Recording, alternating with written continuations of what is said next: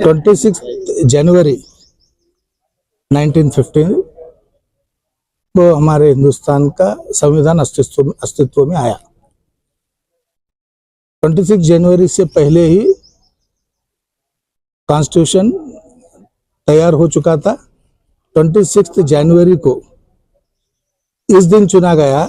उस दिन 26 जनवरी को इसलिए चुना गया क्योंकि 26 जनवरी 1929 को फुल फ्रीडम, पूर्ण स्वराज की घोषणा कांग्रेस गवर्नमेंट कर चुकी थी, इसीलिए 26 जनवरी को सेलेक्ट किया। 26 जनवरी को जब संविधान बन रहा था तो देश के सामने दो सवाल थे, एक मनुवाद को अपनाए या संविधान को अपनाए।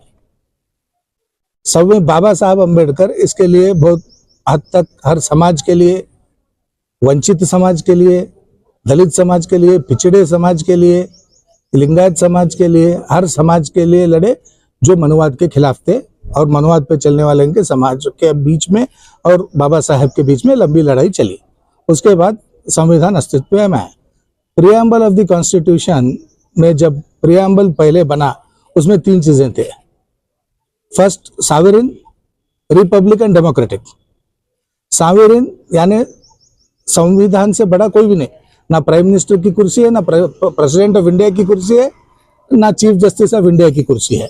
सब में बड़ा है संविधान। प्रियम्बल में ही लिखा गया कि India to be sovereign. Second, republic elected government के जरिए को यहाँ की अवाम का कानून चलेगा, यहाँ की अवाम का राज चलेगा। बाकी के जो कुर्सियां हैं वो संविधान के तहत काम करेंगे और उसके केयर टेकर है। प्रियम्बल ऑफ द कॉन्स्टिट्यूशन में फिर 42nd अमेंडमेंट होता है। 42nd अमेंडमेंट में सोशलिज्म और वर्ड सेकुलरिज्म को ऐड किया गया। और सेकुलरिज्म वर्ड इसलिए ऐड किया गया क्योंकि हर कंट्री सेकुलर कंट्री है और हमारा भारत देश जो है पॉजिटिव सेकुलरिज्म के तरफ है। बाबा साहेब अम्बेडकर पॉजिटिव सेकुलरिज्म के तरफ शुरू से ही थे। कॉन्स्टिट्यूशन को मजबूत करने के लिए सोशलिस्ट एंड सेकुलरिज्म को ऐड किया गया।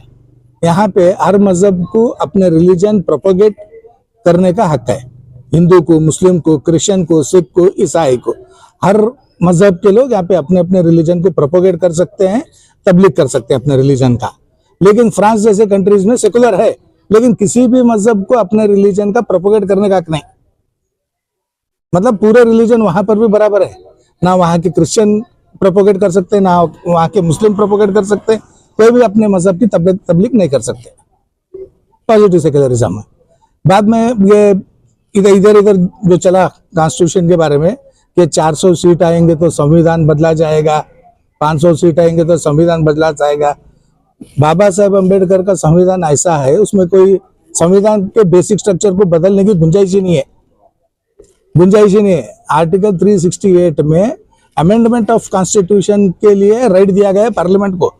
वो भी अमेंडमेंट ऑफ कॉन्स्टिट्यूशन इस तरह से होना चाहिए कि फंडामेंटल राइट्स और बेसिक स्ट्रक्चर को मजबूत करना, उसको कमजोर करने के अमेंडमेंट की कोई इजाजत या गुंजाइश नहीं है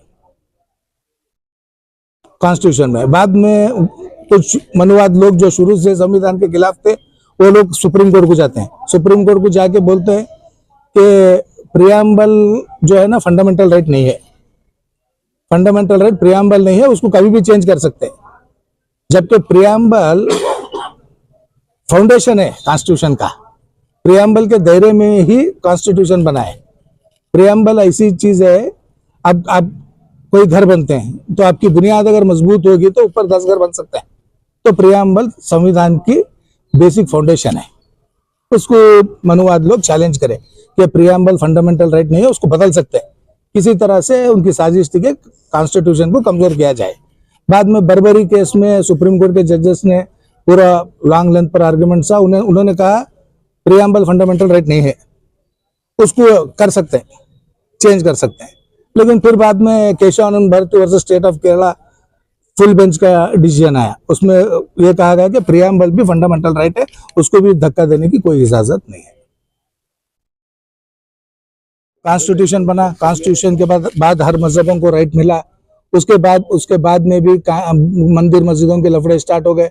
बाबरी मस्जिद का लफड़ा बहुत गर्म था, उस वक्त हिंदू मुसलमानों में नाइतफाक क्या हो रहे थे। तो प्लेसेस ऑफ वर्शिप एक्ट 1991 निकला, प्लेसेस ऑफ वर्शिप एक्ट 1991 का मेन मकसद ये था कि हिंदू मुसलमानों में ना इत्तेफाकी ना पैदा हो, और उसका बेसिक चीज ही वही है कि कोई भी इश्यूज रिलेटिंग टू मंदिर या मस्जिद ना उठे हिंदुस्तान में।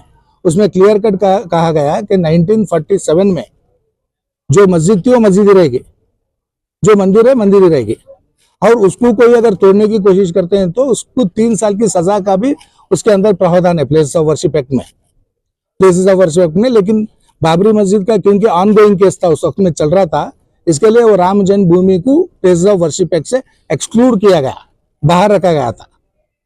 ये कांग्रेस गवर्नमेंट में किया गया था, places of worship act Ram मंदिर को जो है ना बाहर रखे गया था। इसकी वजह से सुप्रीम कोर्ट के जजेस को मदद हो गई, उस तरह का जजमेंट आ गया।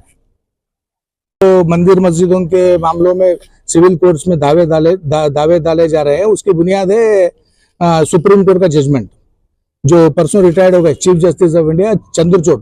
उन्होंने एक जजमेंट में क्या करे, प्लेसेस ऑफ वर्शिप एक्ट में क्लियर कट है, ए मॉस्क और ए temple should not change its structure, उसके स्ट्रक्चर को कुछ भी धक्का नहीं होना, जो 1947 में एग्जिस्ट करते थे उसी तरह से रहना।